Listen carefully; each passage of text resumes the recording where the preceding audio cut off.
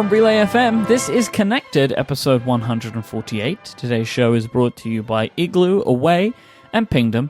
My name is Myke Hurley, and I am joined by Federico Ticci. Ciao, Federico. Ciao, Myke. Stephen is out on assignment today. I think it was, if you remember last week, I made the promise that next week, me and you would teach him something. Remember we did the rotation of lessons? Yes. So I think he didn't want to learn. Or thought that there was nothing we could teach him, so he's out this week. Stephen skipped class today. However, the final section of the show today, we are going to teach people stuff, I think, whether they like it or not. So I assume Stephen will listen to the show, so he's going to get taught no matter what he does. So you should do follow up, Myke. I don't really know how, but I'm going to give it. I'm gonna give you a sound effect. Follow up. Thank you. That now I can do it. Now I'm ready. I'm booted in. You gave me the special code word. The prompt curse has taken a very unexpected turn on you, Federico. No. So last week we were talking about the issues that I was having with bricking of my iPads during the beta process, during beta 1, and you had no problem at all. You were perfectly fine. Everything was running real well. Do you want to talk about what happened on Tuesday evening after we recorded the show? This is like when I think is it like in Harry Potter 1 when Harry Potter 2 maybe when Ron tries to the slug vomiting charm on Malfoy, but it backfires because the wand is broken. So basically, and Ron starts vomiting slugs. You're watching a lot of Harry Potter at the moment. That's a real deep reference. So basically, I talked about the beta being broken for you, and just a couple of hours later, my iPad exploded. So that's how it goes. Yeah. How did you deal with it? Because you were already on 11, right? With everything. I didn't deal with it at all. Like I just had to surrender, and I was defeated by the bugs. So did you have to start fresh with your iPad? Yeah. I know it wasn't a fun couple of hours at all. Didn't you have an iCloud backup of 11? I did have an iCloud backup of 11, but if I try to restore from the backup, it would still hang at the Apple logo. So, wow. Yeah, the only solution was to either go back clean on iOS 10 or go back clean on iOS 11. And, at that point, I had to start clean. So, whatever, I'm just going to go again with beta 1. And what I did is I didn't put all my apps back in, so only the essentials, because I thought the beta 2 would come out the following week. So I was like, I can wait for 3 to 4 days, wait for the second beta, and then I will do my proper setup all over again. And that's what happened. So I wasted a couple of hours trying to do the restore, trying to restore from the backup. Nothing worked, and I was kind of upset, but, this stuff happens. And if anything, it made me appreciate the new setup experience of iOS 11, which is something that I want to write about extensively in my review in a few months. The fact that you can set up an iOS device more quickly just by tapping with another iOS 11 device. So, for example, to put back my iCloud information and my Apple ID for the App Store, and a bunch of other settings. All I had to do was to tap my phone on the iPad, and it would transfer settings quickly. And also, there's a second component to this slimmer setup experience, which is the Express settings option. Basically, it's a new screen that comes up during setup, and it's Apple telling you, hey, we're taking care of these basic settings for you. If you're okay with it, just hit continue. Otherwise, you can explore each setting individually. So they're basically like bundling what used to be a bunch of separate screens during setup into one recommended by Apple flow. That it's much easier. I assume that's stuff like sharing bug reports and all that kind of nonsense, which was like a screen per warning. Let me see, because I think I have my screenshots archived in Devon Think. So yes, let me review beta 1. Because having set up a couple of new devices a couple of times recently, it was frustrating to have to keep being like, yes, send these to Apple, yes, send these to developers. Yeah, so Express settings includes Find My iPhone or Find My iPad with activation lock automatically turned on, location services, and analytics. That's 3 settings into one screen. That's better. I mean, this is the thing. Every time a new iPhone comes out, me and Jason on Upgrade, we always talk about the setup process because it's always a disaster in some way. And this is mainly because there are so many iPhones, right, on that day. Things go wrong, things are slow. But one of the things that we're always talking about is just the hundreds of taps that you are performing to get through the multitude of screens. There's so many things you have to do to set up a new iOS device. And I'm happy that Apple's doing something to try and expedite that process a little bit with a couple of new features there. So I'm just really pleased that they're giving that some attention because I think it's much needed. Yeah, and basically what it comes down to now is if you have another iOS device, you tap it. So you don't have to put in passwords anymore, I think. Maybe just for two-factor, you have to receive the code, I guess. So you transfer most of the settings and accounts. Then you accept the express settings. So you don't have to go through like 6 separate screens anymore. It's just one. And then I guess you confirm a bunch of like... the terms, like the user terms and that kind of stuff, like agree. Touch ID, probably. You do? So Touch ID is the big step now. Like it's 2-3 screens. But that's about it. So it's much quicker than before. So doing the restore made me appreciate that. And I'm probably gonna do another restore around beta 5, 6. I don't want to do the GM because it's too late.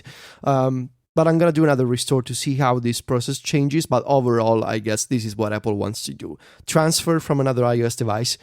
So you get the Apple ID and you get iCloud. Express settings for location, Find My iPhone, and Analytics. And manual would be Touch ID, setting the display zoom to standard or what's the name? Display zoom, I guess. Yeah. And yeah, I guess that's it. Yeah. So that was nice. But starting fresh, of course, wasn't nice. And I'm not sure if we mentioned this before. I think we did. The tvOS is getting home screen sync on tvOS 11. And my dream would be someday to get home screen sync on iOS as well.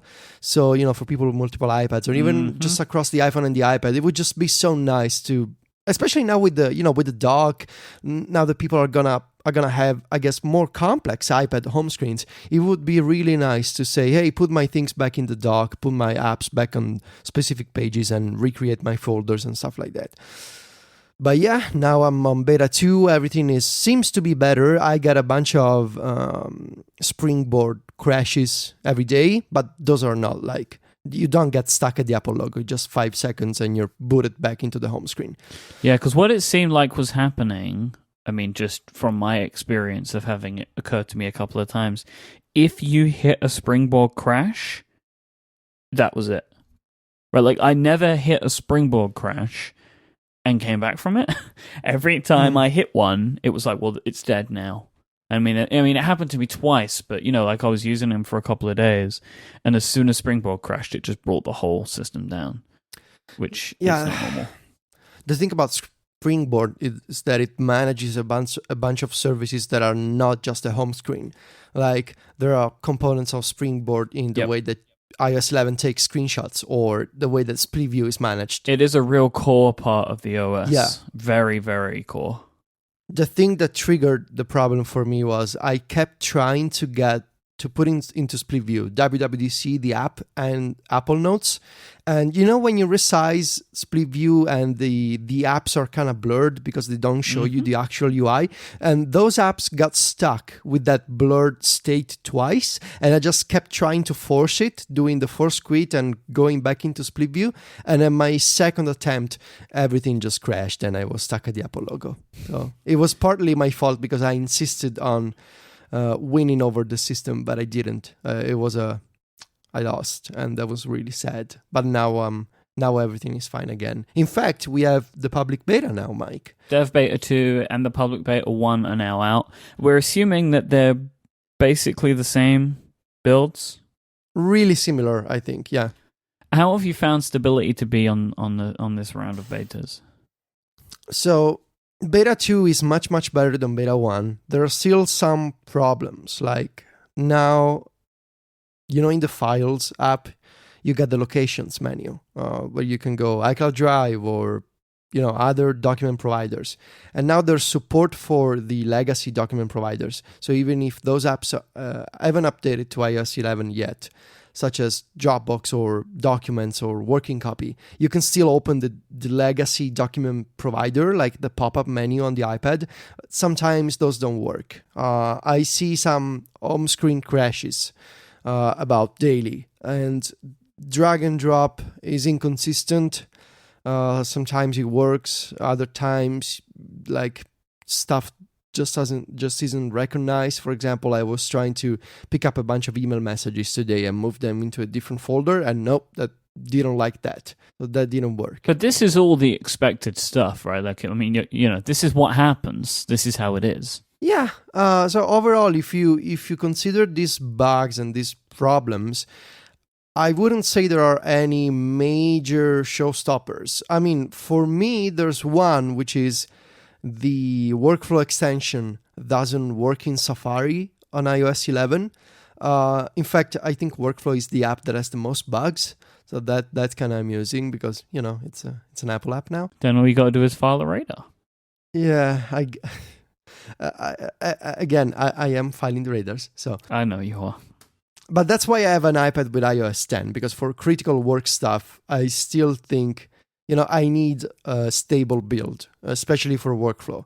Overall, I mean, there have been worse beta 2s in the past. And for the beta 2, we're still in June. So like WWDC was like not even 3 weeks ago.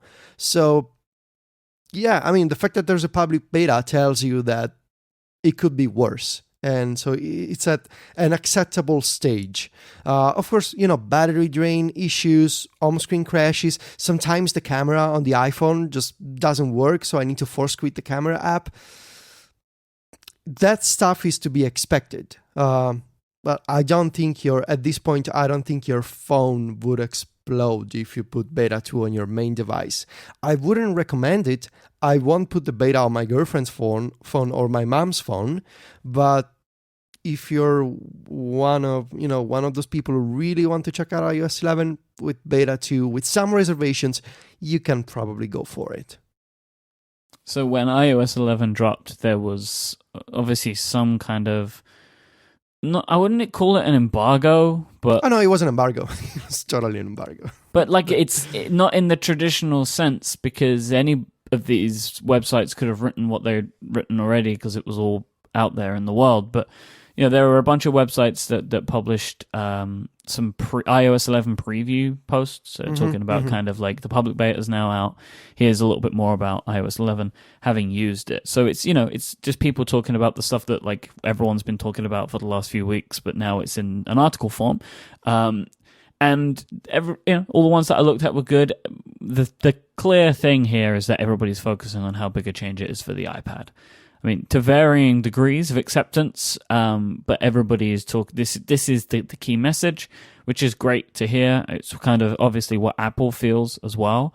Really, iOS 11, whilst there's a lot of interesting stuff going on, and we're going to talk about some of that a little bit later on in the show, the big feature, the big thing here is what is happening to the iPad of iOS 11. So I'm pleased that that's kind of the message that seems to be circulating right now, because I think that's great. Yeah, and that makes sense, right? Because even if you look at the iPhone, there are changes, but they're not major changes like last year, like a whole new iMessage or a whole new Apple Music. And obviously, it's obvious to anyone that the iPad is the focus of this iOS release. And I just love how there are some common themes already. We're still at beta 2, but I skimmed over some of these articles and I watched the video of The Verge. I didn't want to read the articles because this is what I do every year. I don't want other opinions to even subconsciously influence what I'm going to do with my iOS review. But I, from a quick read and talking to the Mac Stories guys who actually read these stories, one of the common takeaways is about notifications and the lock screen. Everybody's like, now when you swipe down, you see the lock screen, which I guess from from a consistency standpoint, it makes sense, but I'm not sure why Apple is doing this, and I'm really annoyed that you cannot dismiss individual notifications just by swiping on them. You need to force touch on them, to 3D touch on them, and to swipe down to dismiss. And I'm guessing that by the final release, notifications and the fact that Apple cannot make up its mind when it comes to the lock screen and the way that you open Notification Center will be one of the major areas of criticism. But on the other hand, everybody seems to be fairly positive on the iPad.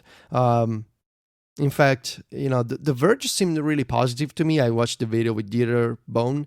That was a really nice video. But then I saw Joshua Topolsky I don't even want to talk about it. I can't. It's just...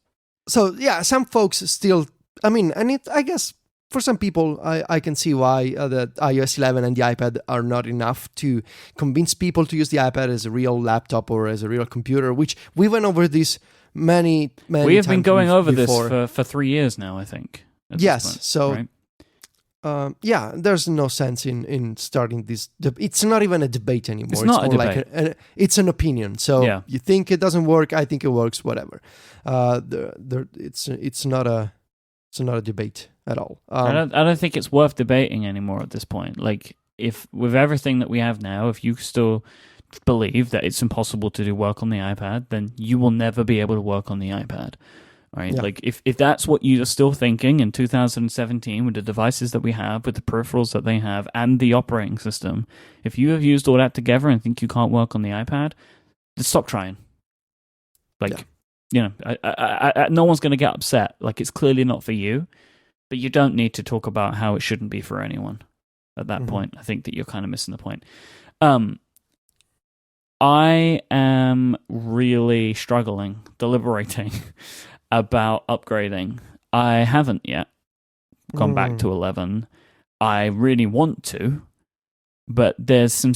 I tell you one of the things that's stopping me from doing it. Okay. And it's something that you tweeted just before we started recording today, where you said, you're at the point where I want all my most used iPad apps to integrate with files and support drag and drop. iOS 10 interactions are feeling old. This is what I'm worried about. Like, this is kind of what I was touching on last week, about like hoping that some applications might be able to support something now, like they could maybe jump on the train a little bit early. It's purely because like I felt this way with iOS 9, right? I remember it, that like there's all this stuff in here that I know is in here, but I don't use the applications that can take advantage of this, right? Because they're not available yet. Yeah. So, the fact that I wouldn't be able to integrate with files and I won't be able to use drag and drop with most of the apps that I use is kind of making me feel like I'm just going to be frustrated trying to use iOS 11 right now. You know what I mean?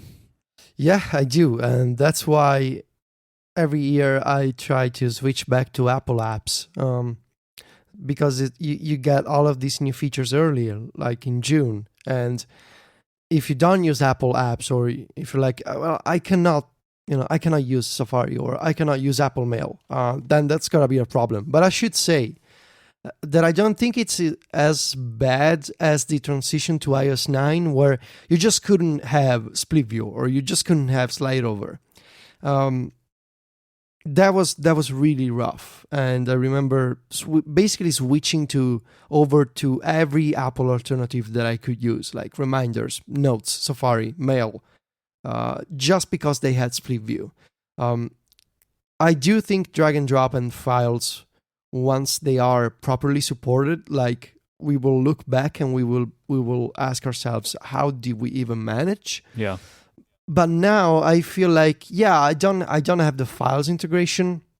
For example, I was thinking about, like, imagine if Devon Think or Working Copy could allow me to browse my database or my GitHub repo into files. And that will be glorious eventually. But even now, you get some form of drag and drop with Safari. You get some basically drag and drop into Todoist, for example, or Ulysses. I know it's not the real thing yet, but I don't think it's like it makes you long for the future. Like in June 2015, when iOS 9 came out, and all of our apps felt basically broken because they were full screen and you just couldn't resize them, and that was rough. I think I'm really wishing for drag and drop and files, but if I had to compare that to iOS 9, the iOS 9 was way, way worse. Okay, so like, whilst it's still you want it, you still get elements of it. So like, you get a taste of it, and it can kind of satiate it. Yeah. That's basically how I feel. Yeah. So I think I'm still deliberating, man. I mean, I think you should try to incorporate some Apple apps in your workflow, even if temporarily. Mm-hmm. If you really want to try this stuff. Yeah. Well, I mean, I use Notes all the time, right? So I could just use Notes in Safari. Yeah. So that would be great, I think. That's what I'm using drag and drop for most of the time anyway. Like I'm dropping stuff either from Photos or from Safari into Apple Notes. And that's enough, I think, to give you an idea. Mm-hmm. So where I am right now, I'm feeling like, see if I can wait to beta 3. Just see if I can wait. I'll follow up on whether I can actually wait. Mentioning follow-up, I don't know what's happened. We're not done with follow-up at this point. We still have a lot more of it. I think we've broken it. We clearly need Steven. This is what happens when Dad is not around. Yeah, we just ruined the structure. So we're not done. So I'm going to take a break, though. Today's show is brought to you by Igloo, a digital workplace platform that helps you enhance your corporate culture, that also improves how you work with the people inside of your company. Igloo connects your team to 3 important things: people, information, and processes. By using Igloo, your people will have access to exactly what they need using the tools that they already know, the devices that you're used to, and have a host of app integrations as well that are right inside of Igloo. Igloo doesn't lock you down and be like, all you can use is Igloo on this one machine. You can use your devices wherever you want, however you want, and also with the apps and services that you're used to. Igloo can also be customized to represent your brand and your company culture. It will also help you define how your corporate culture operates. You can enhance your processes and culture in your organization. To do that, you need 4 pillars, right? There are 4 pillars that are key to helping you make your company better: communication, collaboration, management of knowledge, and workflows. And these are all of the things that Igloo can help you enhance. To get your team started with Igloo right now, go try it out for free. There's no obligation to continue after your trial. Go to igloosoftware.com/connected to find out more. Igloo is a modern intranet designed to keep everyone on the same page. That's igloosoftware.com/connected. We thank Igloo for their support of this show. We're talking about the lock screen, and I forgot to pick up this thought, so I made a note. I have a theory about this lock screen stuff. Give me your theory, Mike. It's all about this new iPhone. Okay, how? I don't know. I know that that's not great, but there is something about this which says to me there is a reason, and the reason is not an enhancement in the software we currently have. So why would you do this? Like, it doesn't seem logical in any way. So there is a missing piece, and that missing piece could be there's something about this new iPhone that on that iPhone, it makes sense. Because it doesn't make sense otherwise. Right, so this is the idea, again, to refresh people, that now the lock screen and notification center are one and the same thing. So, like, you can be looking at your lock screen, and sometimes it's locked and sometimes it's unlocked. It depends how you've accessed it, and sometimes you can get to your notifications and sometimes you can't. It's all on one screen now. Mm-hmm. So my theory, Mike, is it's more sad and maybe pragmatic. And I know what you mean, and I want you to be right, honestly. Like, I want to have like a big flashy explanation. Like, September, there's an event, and we're all like, oh, so that's why you're redesigning notifications. And I really want that to be true, but I feel like reality will be a little more just sad, which is Apple took a look at a bunch of analytics, realized people don't open Notification Center at all, and people don't open widgets at all by swiping down. So they looked at, stats for the lock screen, realized, well, people interact with notifications on the lock screen a lot. So why not just make it like a lock screen? Because that will help the numbers. And the analytics show that people tend to associate notifications with lock screen. So let's just use the same design and rely on auto lock to lock the user device when they're not interacting with the fake lock screen anymore. And that's about it. That's the same reason why I think we don't have like the multiple column widgets on the iPad anymore, because they looked at the numbers and so few people were actually taking advantage of that, and it probably was leading to bugs or to whatever. I don't know, but just let's just get rid of it because it doesn't help. I am really sad that the single column is back. It's so silly. It's such a waste of space. Like, it doesn't make sense to me why you'd remove something like that. I mean, I'm choosing to take the optimistic view this time because, as I've said, I am trying to make Apple's 2017, which goes from now to June 2018, right? Their full year, which is kind of how I think of Apple, right? The year starts and ends at WWDC. I am making a concerted effort to take the optimistic and positive view. I appreciate that. Right? Because WWDC was so good that it was good enough that I can feel like I don't need to be glum anymore. So on this instance, I'm going to say, okay, this seems really bad, really screwed up. It's basically there is something we don't understand yet versus Apple still doesn't understand how people work with notifications. And I'm choosing to take the road of there's something that we just haven't seen yet, which will start to make this make some sense in some way. Because right now, it really is kind of a bit of a mess. So I'm taking the positive view on this one. I mean, look, there are a few ways that I think I could be sold on the new notifications design. First, I think there should be a way to tell people that it looks like a lock screen, but your device is not immediately locked. And I don't think a tiny icon in the status bar will be enough. There has to be some kind of explanation, like one of those details card that come up on iOS now to explain you new stuff. I think there should be an onboarding experience to tell people, look, it looks like a lock screen, but it's not locked straight away. And also to tell them it respects the setting for auto lock that you have in the iOS settings. And that's why I think this is a problem for me. And for me specifically, and maybe other people like me, which we are a tiny percentage of the aggregate iOS user base, I never, ever use auto lock. I always lock my devices manually. I don't know why. Could be that there's a component inside my brain that doesn't trust auto lock, or maybe it's just a habit that I have, but I always reach out for the power button to lock my devices. So for me specifically, having a notification center design, now it's called the cover sheet, so let's just use the proper name. Having the cover sheet look like a lock screen, but it doesn't lock my device, for someone like me who doesn't use auto lock, that is a problem. Because it sort of confuses me, because it makes me believe the device is locked, but my brain tells me, look, it's the lock screen, but I also know it's not locked. But also I think what I don't like is the double gesture involved with viewing all notifications.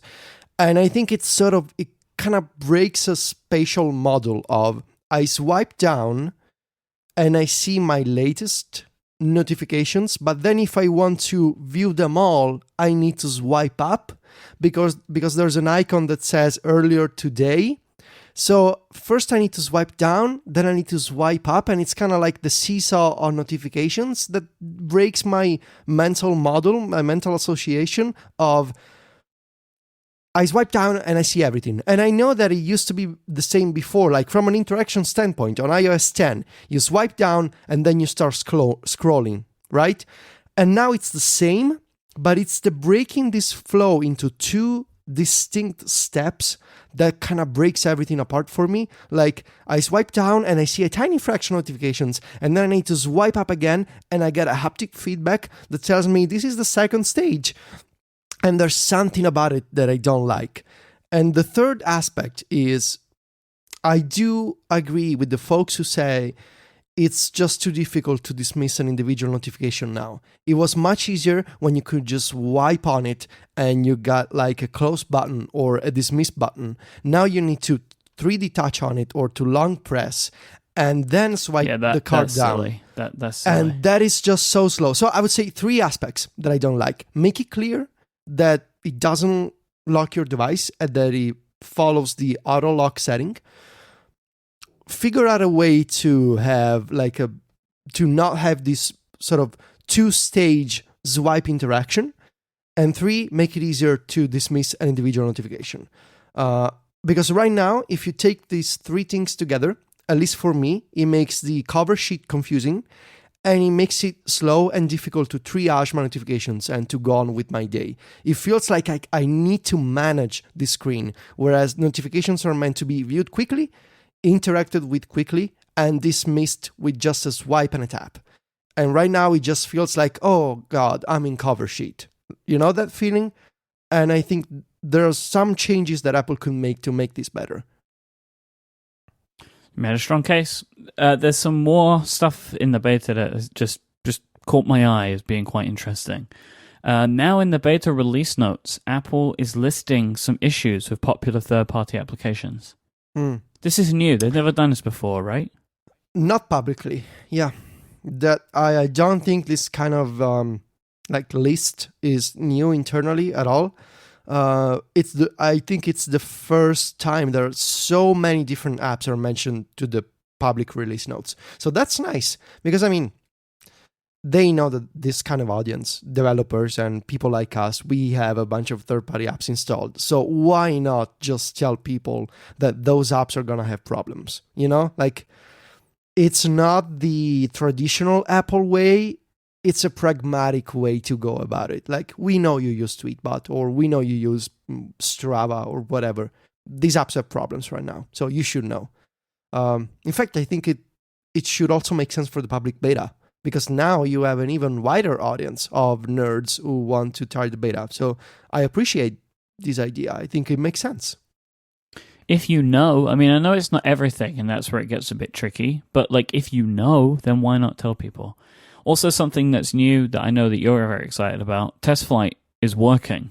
Like on the previous beta, like for iOS 10, Test Flight, you couldn't use iOS 10 builds until very late in the process, right, of applications. But it appears that you can, as a developer, you can submit an iOS 11 build with iOS 11 features to Test Flight. They tell you not to submit it to the store, but you can use it and you can distribute it externally. So that's really great, especially for people like yourself who I'm sure really want to test some features with third-party applications. I had my first iOS 11 only app installed during the weekend, and I'm really happy about it. You know, it used to be that Test Flight wouldn't open until like late in August or even just the week of the September event. So being able to test apps in late June, I mean, sign me up. That is amazing. And I saw some developers still having issues not being able to submit iOS 11 only builds. But I think if you use Xcode 9 and the latest beta seeds, you can just upload straight to Test Flight for external testers, like people like me and Mike. In fact, if you want to send us betas of iOS 11 apps, yeah, please do. Mike, please do. That will be hopefully that will convince Mike to install iOS 11 on his devices. If he gets enough betas, he will put the beta on his iPad. I feel like I'd have to at that point. I need to do my duty as a beta tester. Last week we were talking about Nest and HomeKit, right? Like why aren't Nest using HomeKit and what were the reasons for that? And friend of the show, Zach, sent in some tweets about his experience whilst at Nest. And so he said that Nest seemed to have had an issue at the point, because I think he was there around the time that HomeKit was announced, or that at least it was being discussed, and that they had an issue at the time that there was no good sense with HomeKit of knowing who exactly was at home. And they didn't like this approach. Like, they liked the idea of being able to tailor their devices based on who was there. So Nest went with their own solution, which Stephen was praising last week, right? About like all the different settings that you can add for who's in and who's not and what you should do. So apparently it wasn't a bad blood thing. It wasn't like that's Apple or anything like that. They just wanted to make the best product or service that they could, or at least the one that they wanted to make. So they did that, right? Like Nest have their stuff that they do. But now that device location is going to be a part of HomeKit, that's why this could possibly change. That might be why they're looking at it now, because now it looks like it's going to be possible to tell who's at home and who's not, and tailor devices and their interactions based upon that. So that was really interesting feedback. Yeah. I love this kind of feedback. When we get these kinds of stories, like it gives all the details that we missed from stuff there's no way we could know, right, without people telling us. Yeah, this is the perfect kind of follow-up. So yeah, thank you, Zach, for the tweets. Federico, you're struggling with keyboards, right? This is again another story in your tale of woe. You seem to be having some real keyboard problems. So I was upset that again, I should say again, because this is something that I go through every few months. I've had extremely bad luck with keyboards for my iPad Pro in the past year. I was loving the Razer keyboard plus stand plus case. It was like a 3-in-1 setup until the kickstand broke miserably. It was really sad. Basically, the plastic broke, and now the iPad cannot stand in the Razer case anymore. I tried the Logitech Create, but it's just so bulky for the 12.9, and it's good luck if you wanna try to get the iPad Pro out of the Logitech Create case. If you don't wanna break a finger trying to pull it out.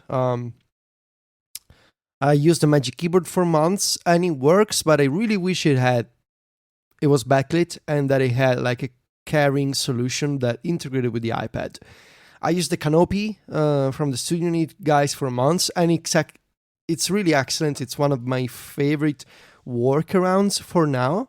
But again, it misses the ability to have like an all-in-one solution that allows you to use the iPad anywhere, like on your lap or on a desk while you're sitting on the sofa. And the Canopy also doesn't have a way to have an adjustable angle. Mm-hmm. It's a fixed angle solution. So I thought, at this point, I should just accept my fate. And I know that I'm going to use the iPad to write my iOS 11 review on a desk. So I can just prop up the iPad with a smart cover.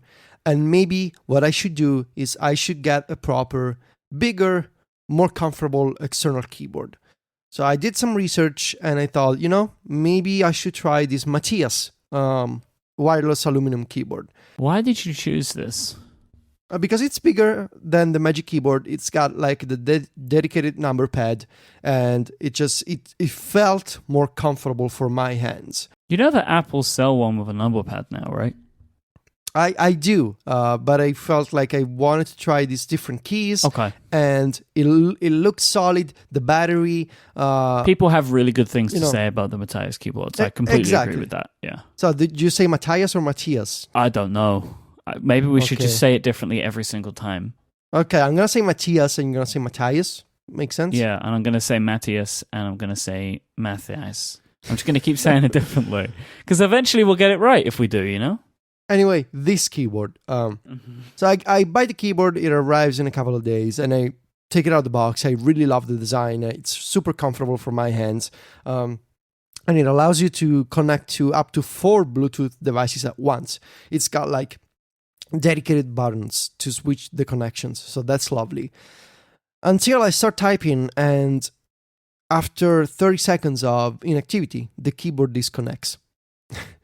So I try a bunch of fixes, like I do the Bluetooth pairing again. I reboot my devices. I try all sorts of possible ways to fix the problem. And then I get in touch with the Matthias guys over email and on Twitter.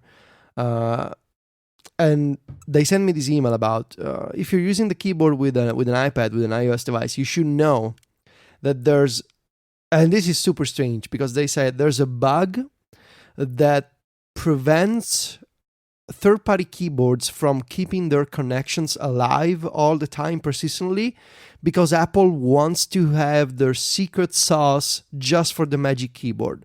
So I was like, is it a bug or is it a strategy from Apple? I mean, when I look at this, I don't really know how to read that, because it sounds like reporting a bug and also being upset and maybe also believing something, right? Like, You could also read that as like the Matthias people are really upset that this bug is there, so their assumption is Apple wants to sell more keyboards, right? So they leave the bug as opposed to it just being a bug. I don't know. But what is strange is that this is the first time in years that I hear about this problem. I used Bluetooth keyboards in the past, like non-Apple keyboards, other Bluetooth keyboards. I never had this problem myself. So I really don't know what to believe. Honestly, this to me feels like these Matthias guys are not optimizing their Bluetooth code properly for iOS, because I get the impression that this is a Mac first company, and they are primarily optimizing for desktop computers and desktop users. Personally, and I wish I could be wrong. I don't buy this explanation. I never heard of this problem with, there's folks on Twitter who say, I have a Microsoft keyboard, or I have a Zag keyboard, I have a Logitech one, and I don't have this issue. Like, the keyboard stays connected. I've never had that problem with Bluetooth keyboards that I've used either. Exactly. So I don't know. Anyway, basically, I'm back to the Magic Keyboard, and I'm using the smart cover to prop up the iPad, and I bought a Magic Keyboard carrying case. It's like a hard shell case to put the Magic Keyboard in it, and maybe I can save room in my Tombin bag. I can also put some cables in, so I don't have like a whole mess of cables around. So now I have a case for the Magic Keyboard, and someday someone will make my ideal iPad typing setup that is not the smart keyboard. Once again, what I want is some kind of keyboard, ideally similar to the Magic Keyboard, that is backlit and that integrates with the iPad in a way that I have an adjustable angle, like an adjustable viewing angle, and some kind of base that allows me to use it on a desk and also prop it up on my lap like a laptop. Someday, maybe that will happen, but not today, not this summer. So I'm back to the Magic Keyboard for now. I'm sorry. Yeah, well, what you gotta do. Today's show is also brought to you by Away. Your luggage shouldn't cost more than your plane ticket, and that's why Away makes smart premium suitcases for just under $300. Go to awaytravel.com/connected right now and browse their suitcases. They're all made with premium German polycarbonate, which is unrivaled in strength and impact resistance, and still lightweight. Away offers 4 sizes of suitcase: the carry-on, the bigger carry-on, the medium, and the large, and they have 9 great colors for you to choose from. Away suitcases feature a patent-pending compression system, which is great if you're an overpacker, along with 4 360-degree spinner wheels. Away's carry-ons are compliant with all major US airlines while still maximizing the amount that you can pack. And they have TSA combination locks built in, so nobody needs to bust open your case if they have to. And a removable washable laundry bag as well, which is one of my favorite things. So you can separate your clean clothes from your dirty ones when you're out on your vacation or your trip, and then you've got this little bag. You can zip it up, put it back in, and just use the compression stuff and tighten it all up again. And then you keep your clean clothes and your worn clothes separated. But also another great feature, you should know this by now, every one of their carry-ons feature a USB port, so you can charge your devices whilst traveling. There is a battery inside of the Away carry-on case that can charge your phone up to 5 times. You will never be without power again. So recently, me and Nadine took a trip together, and I had my Away case, and she had a case that she'd bought previously. And they come out of the carousel, and my case comes out, and her case comes out, and it's got this huge crack down the side. It did not survive the trip very well. So I called her the other day. She was looking at Away, and right now, Away have a yellow Minion suitcase, which she is going to buy. So they have like that. It's like some special thing that they have right now where they have a Minion-themed suitcase. The Minions from Despicable Me. It is actually a really cool looking color, so she's going to be getting one of the bigger carry-on ones, so she gets the battery, and she's only small, so that'll be more than enough size for her to take away. So there's going to be another Away suitcase in my household very soon. Away believe in the quality of their products. That's why they offer a lifetime guarantee. If anything breaks, they'll fix it or replace it for life. And they have a 100-day trial with a no questions asked return policy with free shipping as well on any order within the lower 48 states of the US. You have 100 days to try this thing out and see see how you like it. You can travel with it and, just use it as you would. And if for some reason you don't like it, just return it. They're cool with that. Travel smarter with the suitcase that charges your phone. Go to awaytravel.com/connected and use the code connected at checkout and you'll get $20 off any of their suitcases. That's awaytravel.com/connected and the code connected for $20 off. Thank you so much to Away for their support of this show and Relay FM. So yesterday, the reviews came out of the Echo Show. Mm-hmm. So I've watched a couple of videos. I watched one from The Verge and one from Wired. And they're both really good. And I think for me, they kind of have cemented a lot of my feelings on it. And I think we should probably go through some of that. What do you think? Have you read the reviews too? I watched the Verge video. Right. So they're really good. I mean, they show, and I think for a product like this, personally, I mean, I know I'm quite biased, but I think a video does a lot better for showing a product like this than just reading about it, because there's visual and audio parts of the product that you want to be able to experience. So I really appreciate when these websites put together video reviews. It's nice. Anywho, so I'm going to go through some of my feelings, Federico, and you feel free to jump in. Mm-hmm. The design, I really don't like it. I wasn't keen on it from the product shots, but especially when you see it kind of in people's homes, I think it sticks out too much in a way that the current Echo designs do not. I think that there is a chunkiness to the Echo Show, which I am not too keen on. Yeah, it doesn't look good, honestly. I thought it would be not this chunky block that you put on your countertop. Like it's not a slim device at all. Nope. It doesn't disappear either. It's like a mini TV on your kitchen. Like, okay, that is not the unassuming hardware that some people would like to have in a living room or in a kitchen. Like, I get the idea of like this is like a replacement for a kitchen TV, but it's thicker than any TV you can buy today. Yes, right? Like significantly. It's like a smart CRT TV. Like it's like this big box. Yep. And I get like part of the design is so they can have a base built into it and they can angle it. Like I can see how they got to that, but I think that there could have been a more elegant looking solution than the one that they ended up with. Again, they may not have been able to do it with everything that they wanted to pack into the thing. I understand that, but the industrial design that they have landed on does not vibe with my personal tastes. What I like about this is that it seems that in general, the screen is additive to the Echo experience. Like, it doesn't seem like for the things that you would normally do when talking to your Echo, you have to look at the screen.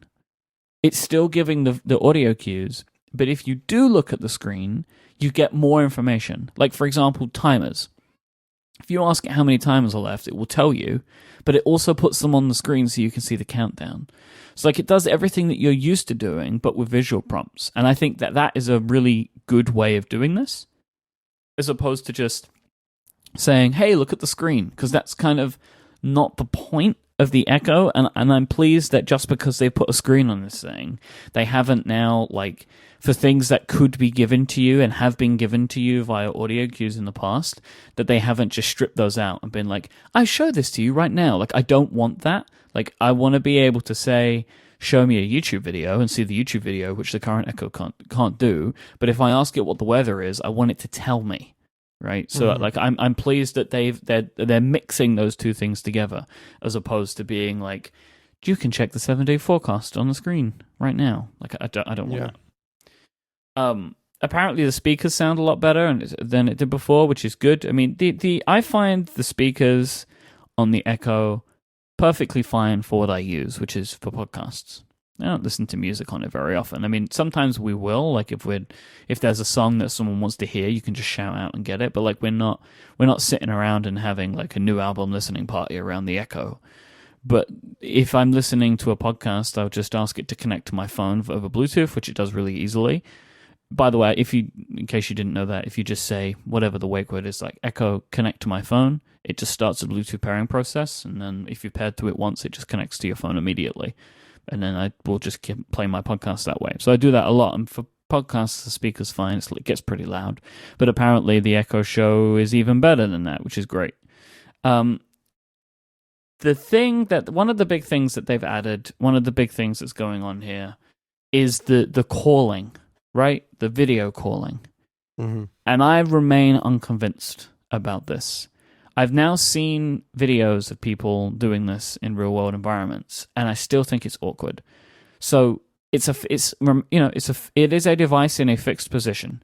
I've said this before. So if you want to make a video call, you have to get up and go to the device, right? Wherever you are. You have to go to the device, which is not how it works anymore, right? When the phone rings, when people's phone ring in 2017, they're not getting up and going to the hallway to pick up the handset anymore. Right? They pick up their phone. And the thing is, video calling is not something that only this device can do. All of our devices can do video calling. Like the idea of like, someone's calling me, I must get up and go to that device. It just seems like a step back rather than a step forward. I also don't like that the way that the device is set up, for most people, it's going to be pointed up at you, which is not really a good or flattering angle to have a device below you looking up, right? Because that's how it's kind of set. And like that just is not a great angle. So what's typically going to happen, people bending down, like bending over a counter, like kind of leaning on a counter to talk to someone. Like, I just don't think that this is a good way to have a video call. It just doesn't work for me. I don't understand why anybody would choose to use the Echo Show for their video calling over any of the other devices that they have in their home that has a camera on it. It doesn't make sense to me. I mean, I kind of get the appeal of the hands-free video calling. Like, you don't have to hold your phone, you can walk around. But the problem, as you say, is the angle. It's like I was watching this video, and it's like you need to lean over the device, and it does feel unintuitive compared to I just have my phone and I can walk around.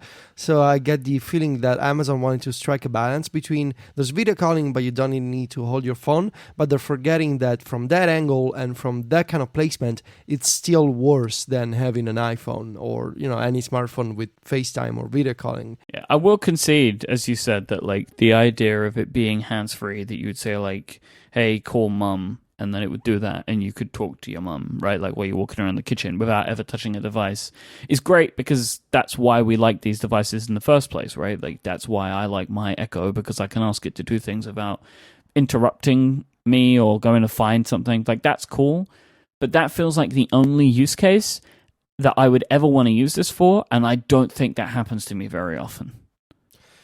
Yeah, and I mean, ideally, the solution, I guess, would be you have like a pod that follows you around, like a flying camera. Sure. I think we're a little way away from that, though. But that's probably not coming this year. Not this year, no. Maybe next year we'll get the Amazon flying pod. I am also really still not cool with the drop-in feature. Now, I know it's an opt-in thing, right? That you have to opt in to say you want people to drop in on you. And this is the idea that if two people have a show, it probably can do it with the app as well, to one of the Echo shows. You can say, I am allowing this person to drop in on me. And that means that like they can just pop up at a certain point, and then you can like accept a call from them, and like or like they can just appear and you can see them, and they can see you once this like smoke clears away. I just don't like this. And the reason I don't like this is it's not like a security feature, but it's because I don't like phone calls, right? I do not like when my phone rings and I have to drop everything to give someone my full attention, no matter what I'm doing. I don't want another communication method in my life where this is occurring. That like all of a sudden the screen lights up on my Echo Show, which is in the kitchen, and it's like mum is here to drop in, or however it is that it starts these calls. And then she's waiting now, and the expectation is I should be answering because we've given each other this two-way thing where she's allowed to drop in on me and I'm allowed to drop in on her. I don't want something else like this in my life, and I just don't think it makes sense. Like, just initiate a call if you really want to. Like, why did we need to have this drop in as well? Like, I get that, and I also get, like, it creeps some people out. They don't like the idea of, like, breaking down a barrier. Like, I understand that. As with a lot of these things, I think, like, look, it's opt-in. You choose who it's going to be. Me, personally, I just don't want another way in my life where people can just arrive and demand my attention. I mean, I love my mother, but I can see how this could go totally wrong, as she would just it would drive me crazy. Every single day. As an excuse to drop in and be like, hey, I'm just hanging out in the kitchen or like in the other room, and I can hear my mom from the kitchen, even though my mom is not here. She's just like dropping in at random times. And I'm like, hey, why don't you come over and talk to your mother? Like, no, I don't want to talk to you.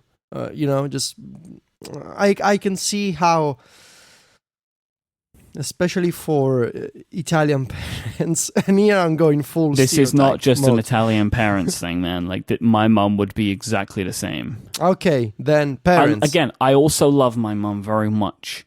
Oh yes, but I really don't need to give her another way to get in contact with no. me. We're good.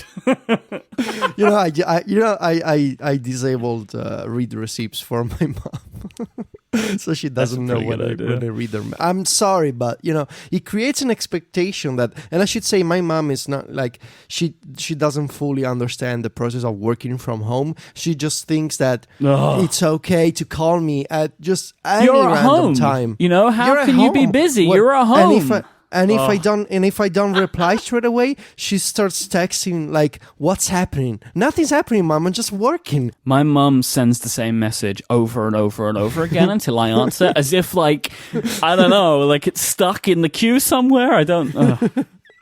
Yeah, and then when I tell her like, "Hey, I'm working," and she gets upset because like, "Hey, I was just trying to call you." Like, I just wanted to talk to my son. Yeah, yes, that's what happened. And then when, she discovered iMessage stickers, so now instead of texting, she sends stickers as sort of like a preemptive move to get in touch with me. My mom found emoji. Same thing. Yeah, so with the drop-in, I think that could go totally wrong, especially now that I have my own place and, she craves the contact and the FaceTime call and the daily phone call. If I give her access to drop in on my Echo, that would go sideways in very ugly ways. So I get it. It's not about the weirdness, really. I'm okay with it. It's opt-in. You can do it if you want. Otherwise, it's disabled by default. It's more about it's all of the practicalities and the social expectations that this would make me have to bend my life to deal with that I don't want. Right? Yeah. If I'm using it in the way that Amazon expects. I mean, let's be real, right? No one's going to use this, right? Like, based upon even if the amount of people that buy this, the percentage of people that are even going to use the video calling, I think will be quite small. Because if you already have a video calling arrangement in your family, you don't want to change that, right? Like, everybody knows how hard it was to just get grandma set up on Skype, right? Or to get Auntie Ethel set up on FaceTime. Like, you don't want to now go and do it all on Amazon's service. Like, so I really don't imagine a high usage of this, but I don't want it personally. Mm-hmm. The Echo Show, to me, feels even more like a kitchen-focused device than even the other Echoes. Like, all of the additional things that it would do, I feel like really fit the kitchen environment. Like recipes and stuff like that. Like, it's great to have on the screen. I feel like it even more is useful in that environment, right? Like, that it has more uses that could occur in the kitchen than maybe ever before, I think. And I personally am not in any rush to buy this. After seeing these reviews, I do feel a little more keen on it than before, because I actually think the UI design looks pretty nice. It looks nice and clear, and overall the reviews have been pretty positive about the device, except there are some issues. I mean, we've already spoke about them. Like, it seems to do a lot of the things that I like on my Echo better because there is another thing, right? So like I said, like with the timers, with the weather, with songs, it shows the lyrics. Like it comes with a lot of things that would enhance my current usage of the Amazon Echo. But it also comes with a slew of features that I don't want to use and don't think I will use. So I'm in no rush to upgrade. Yeah, I'm happy that I canceled my order, honestly. Looking at the device itself. I mean, I wouldn't have space for this anyway. But looking at the device, looking at the interactions and the weird angle, I thought the camera angle would be better, honestly. I'm glad that I didn't spend my money on this. And there's a part of me that kind of wants to play with this, if only from the tech guy kind of perspective, just out of curiosity. But I think we're fine with the standard Echo experience, like the audio experience for now. Yeah, I'm keen to see what people like Steven and Dan Moran have to say. Yes. Because they're people like me, right? Like who I know, and I know their sensibilities, and I'm interested to see their opinion on this device as well. Rather than just the general like reviews that are maybe tailored towards a slightly broader audience, right? That I feel like the ones that we've seen so far, because they're bigger. But these, I'm interested in people that I know how they feel about it. That's what I'm keen on seeing now. So I guess we'll start to get some of that over the next couple of weeks. So I think these things are starting to arrive now, right? Like I think that was the point. You can buy it now. The site should be arriving now. I don't know. They're available now, I think. Mm-hmm. Today's show is also brought to you by our friends over at Pingdom. Love Pingdom. Use Pingdom. I know Federico used Pingdom too. You can start monitoring your websites and servers today at pingdom.com/connected. When you go there, you go sign up, you'll get a 14-day free trial so you can give it a whirl and see how Pingdom can be used for yourself and your business. And when you enter the offer code CONNECTED at checkout, you'll get 20% off your first invoice. Pingdom is simple.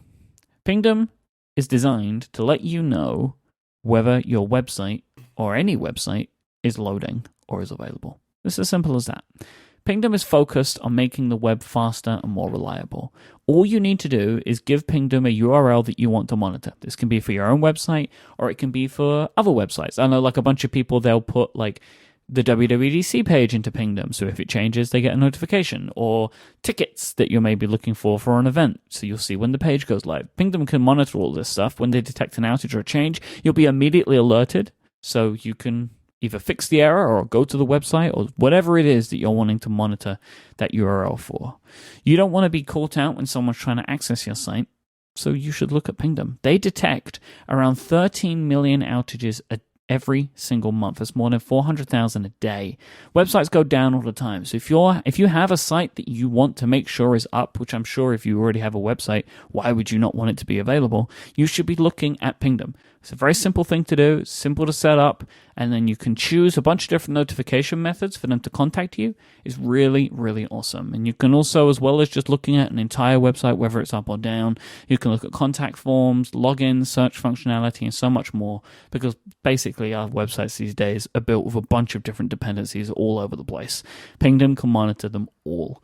Check it out today, and you'll be the first to know when your site is down. Go to pingdom.com/connected. You'll get that 14-day free trial, and you'll get 20% off your first invoice when you use the code CONNECTED at checkout. And thanks to Pingdom for their support of this show and Relay FM. Federico, so in our current weekly education of iOS section of the show, we're going to turn our focus to ARKit this week. Yes. The reason is because Twitter went wild over the weekend as a bunch of ARKit demos were being shown off. And there is a great website and Twitter account called Made with ARKit, which is collecting a bunch of video examples of applications that are currently being made and or demos that are currently being put together of what ARKit can do. Now, one of the ones that kind of really caught fire over the weekend was a measuring app demo where you could use your iPhone to measure something. And it's within a realm, right? It's not 100% perfect, right? So, like, if you're somebody who is building a house, maybe you shouldn't use your ARKit measuring app. But if you're just trying to make sure, like, oh, will this sofa fit in the room? Like most people, I think, who have a measuring tape are just checking stuff like that. You could use your phone for it instead. And I could imagine myself doing that, right? When I'm going to IKEA, I just want to see if I have enough space. I don't need like millimeter precision most of the time unless I'm really trying to squeeze stuff in. So this is one thing. There's stuff like there's like a Minecraft demo. There's a bunch of things with like spaceships. There seems to be a lot of space related stuff right now, but it's really kind of just showing what can be done with this technology. And I am getting really excited about ARKit. I think that it's going to be one of the real breakout features of iOS 11. We just didn't know that.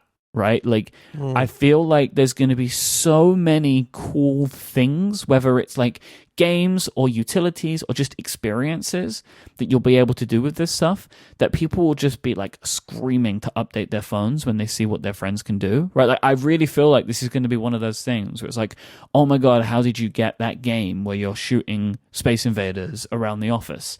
Oh, you have to get it from the App Store, but you need iOS 11. Right, like I really do feel like it's going to be one of those things, because look at Pokemon Go, right? Pokemon Go was successful. It was what it was because of the AR. It was the fact that you could walk around in the world and there were Pokemon. Well, that was the one game and app that people played. And as well, like AR games and apps are going to be easy to sell to people because they'll say, it's like Pokemon Go. Everybody knows what that means. Like the more and more that I am seeing of it, as well, like the more and more I'm impressed at what Apple has been able to create with this. And we're going to go, you've watched some of the sessions, right? So we're going to talk about that. But like for someone who doesn't really know about the details like me, I've been very impressed with what they've done with this, because this feels like a technology that Apple are kind of bringing to the market en masse first, which is not normal for them. Like there have been little SDKs and stuff like that people are using. We're talking about that Planet of the Apps one, of course, Pokemon Go, but there haven't been, as far as I am aware, like publicly available, effectively free SDKs of this caliber that people can develop against. Like Google has their Project Tango, but that hasn't really given any consumer desire. Like it seems to be a very specific hardware is required. I think they have a phone or a tablet, or it's like a phablet that you have to have, the Tango phone. And it's doing some stuff that is interesting data-wise and building up some interesting things. But I haven't seen like BB-8 rolling around on a Project Tango demo, right? Like this world of awesome AR projects seems like something that Apple is really pushing for first. And the more and more I see of it, honestly, the more and more that I'm willing to say that Tim was right and I was wrong about where Apple's focus should have been, because I was worried that they shouldn't be focusing on AR, they should be focusing on VR. And now I see that behind the scenes they had a VR project the whole time. I now agree that like for the iPhone, like for what is the core of their business, it makes so much sense to have these AR tools available and ARKit available, because it's giving people a whole new type of application that they can build that couldn't have been made before.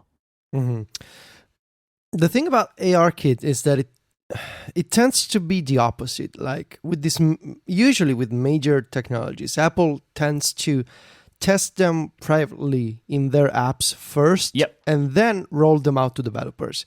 But now this is such a big effort and such a big thing for the future. I find it fascinating that they want to start building this with help from developers. This is basically what it is. They're asking the developer community to test this project at scale, and I assume Apple is gonna use this project with ARKit and the developer community to improve the framework for whatever next big thing they are doing next, whether it's a new iPhone app or it's a new Apple Maps experience or some improvements to the iPhone camera. So I think it's fascinating. First, I think it's so fascinating that Apple is doing the opposite of what they would usually do in terms of iOS technologies. But the thing about AR is also the fact that it's social, and you can demo it to people on your phone, and because it blends the real world with software, it's so much easier to explain on a tiny phone. Well, tiny, with context. In the grand scheme of screens. In the grand scheme, exactly. It's so much easier to demo this in any kind of social environment, whether it's at the office or at the dog park or around the house, than a headset. So I agree with you. They are right to bet on this, especially in connection with the App Store, because there's going to be a curiosity, like these apps are gonna advertise themselves, even just by word of mouth. Everybody's gonna be talking about these apps. This is one of those things, right? iOS 11 comes out and you drop like $50 immediately, right? Like, because you're like, I just want to see all of this. What I'm curious to know is if we will. So all of these demos that made with ARKit is sharing. I want to see if they will end up being full games or just demos you can download for free. If these developers are playing with this stuff now and they plan to make actual products out of this, if there will be more games than utilities, like what kind of apps, what kind of games we will be able to download. Because right now, yes, it is super fun to watch a rocket, like a SpaceX rocket, land in your backyard. That is super fun. Is that an app or is that just a demo that you put out on YouTube? Yeah. I don't know. Oh, it's like a one-time thing that you do and then you maybe show to a friend. Like, you're right. We may not see huge games in September, but I'm confident that there will be some. I mean, there's going to be the one that they showed on stage, right? The Infinity Blade of this year, which was it Epic who made that? You remember, like they had that the tabletop westerny thing with the guy. Yeah, that was awesome. Yeah, I think that's going to be available. So that's one thing. But yeah, I agree. Well, what will we see? I mean, we really don't know yet. And I think if you weren't already developing a game with this type of thing in mind, I don't know if you can build a really full experience in 3 months. But even if we won't have in 3 months 100 games and 100 apps for ARKit, what Apple is doing here is impressive. They are making AR development easy for developers, and they're not just making this a feature of the next flagship iPhone. They are rolling out consumer AR and easy to use developer tools for iPhones and devices that run on the A9 chip and above. So we're talking 2 years ago, we're talking iPhone 6S era devices.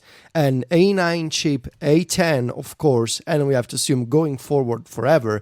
So they are basically, even if you have an iPhone 6S, you're going to be able to use this stuff. And what Apple is doing, like the work that they are simplifying for developers is a lot. So ARKit is made of 3 separate layers. There's, of course, rendering and, the graphic engine, being able to overimpose graphics on top of what the iPhone is seeing with the camera. And of course, it integrates, that's the final part of the process. It integrates with SyncKit, SpriteKit, Metal, Unity, and Unreal will have support for ARKit in the future. But behind the scenes, behind the graphics that you see, which is already quite a bit of help for developers. So you don't have to roll out your custom engine and, you can use the standard tools.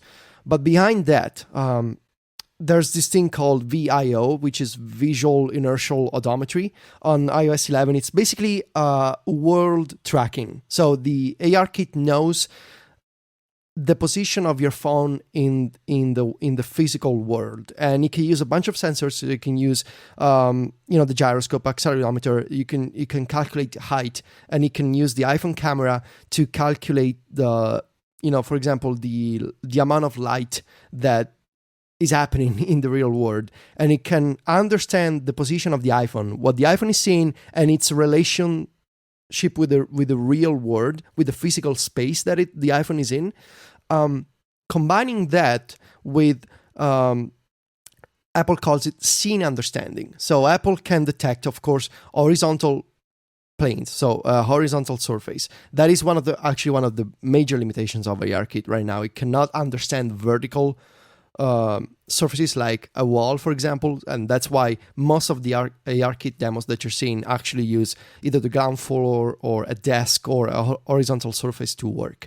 But it can understand the horizontal plane. It can understand, again, it can do light calculations. And why would you need light? For example, let's say that you want to put a 3D object in a space, like a cup of coffee, and you want to make sure that it can sort of create the illusion that it's a virtual object in a physical space, but it makes sense within that, representation with AR. And to do that, you need to make sure that the lighting on the cup of coffee is at least a credible representation of what light will look like with a real cup of coffee. So, and all of this work is basically abstracted from developers.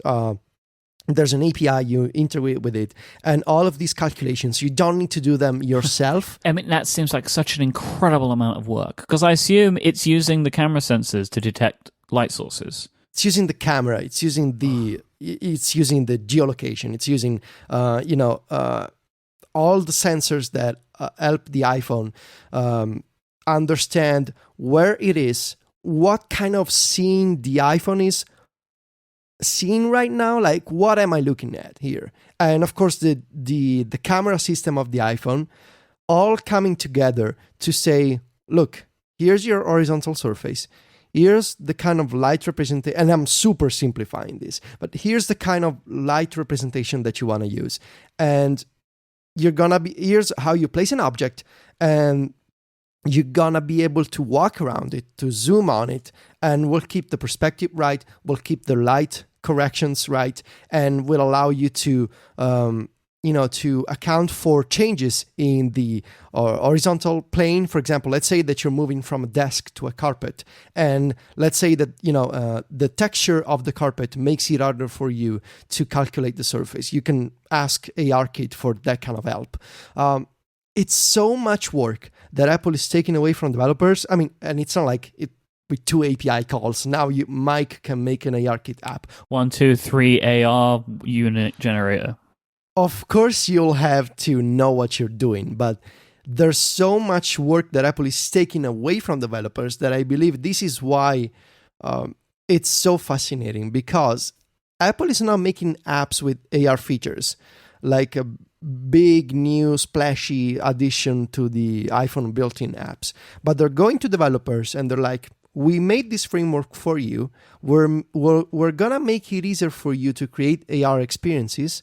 Tell us what you think, and let's see what happens. And they're working with companies like Niantic. Pokemon Go is gonna switch from the custom AR engine to ARKit, so the Pokemon animations on screen will look more real, and when you throw the Pokeball, it'll look more realistic. IKEA is gonna work on, I think this will be the killer app. You will be able to place furniture in your house and see what it looks like. And the best part, I think, is there will be a shared consistency between all of these experiences, because they're using all the same framework and all the same engine on iOS, instead of having some AR experiences that work worse than others. Because I feel like Apple wants to have like a baseline experience, a baseline quality, and I think if this works, ARKit will put Apple way above Google and Facebook in terms of consumer adoption. Because if September comes and Apple has 100 apps with ARKit on the App Store, or 200 apps on the App Store, those are hundreds of apps available on the App Store for millions of consumers that neither Google or Facebook have right now. And I think we went from zero, effectively, with Apple and AR. It was just a bunch of quotes from Tim Cook in interviews, to an actual framework, and to dozens of demos that are happening today. And I'm really excited to see what happens in September, because it just seems unreal that we went from nothing to this in just one conference. I'm keen to see the difference that it takes to from Google Cardboard, or what is the VR thing called? Daydream?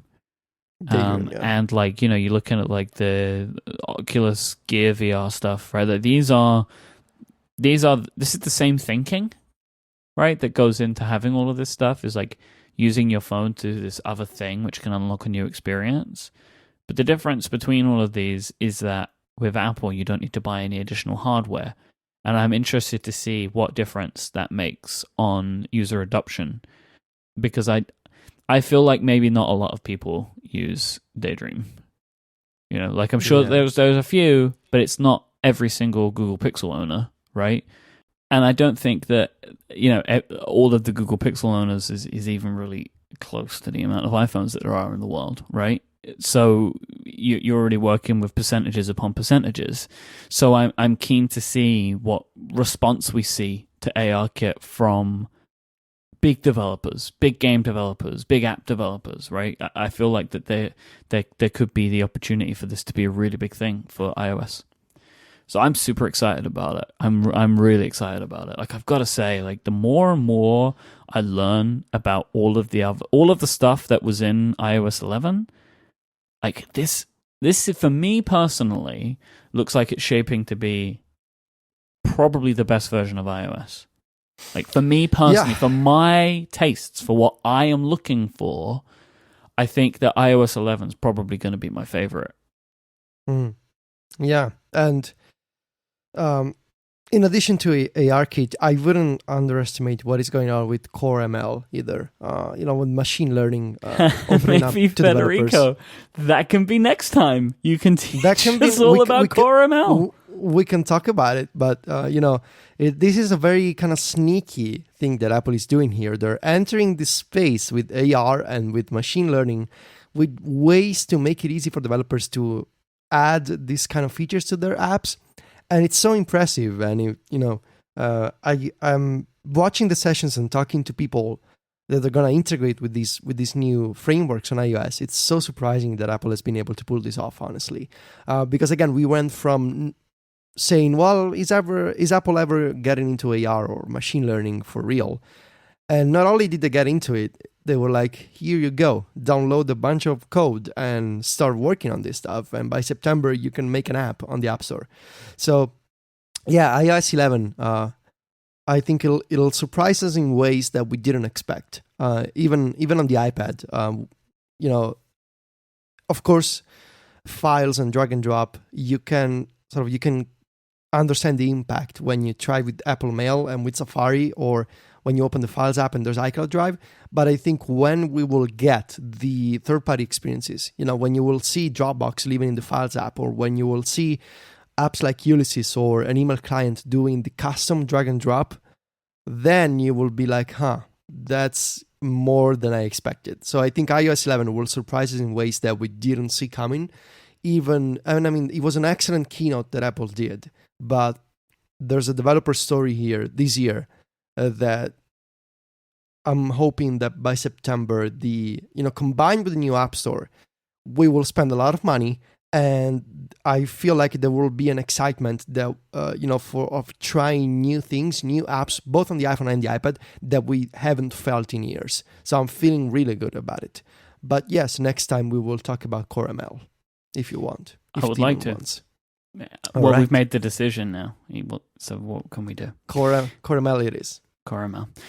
If you want to find our show notes for this week, go to relay.fm/connected/148. You can find Federico online at macstories.net, and he is at Ticci. Our brother-in-arms, Mr. Stephen Hackett, is at 512pixels.net. He is at ISMH on Twitter. I am at iMyke, IMYKE. This show is part of Relay FM. We have a bunch more shows. If you only listen to Connected, or maybe one or two other shows, go check out relay.fm/shows. I'm sure that there'll be something in there which will tickle your fancy to add to your podcast listening queue. Thanks again to our fine sponsors this week, the great folk over at Pingdom, Away, and Igloo. And most of all, as always, thank you for listening, and we'll be back next time. Until then, say goodbye, Federico. Arrivederci.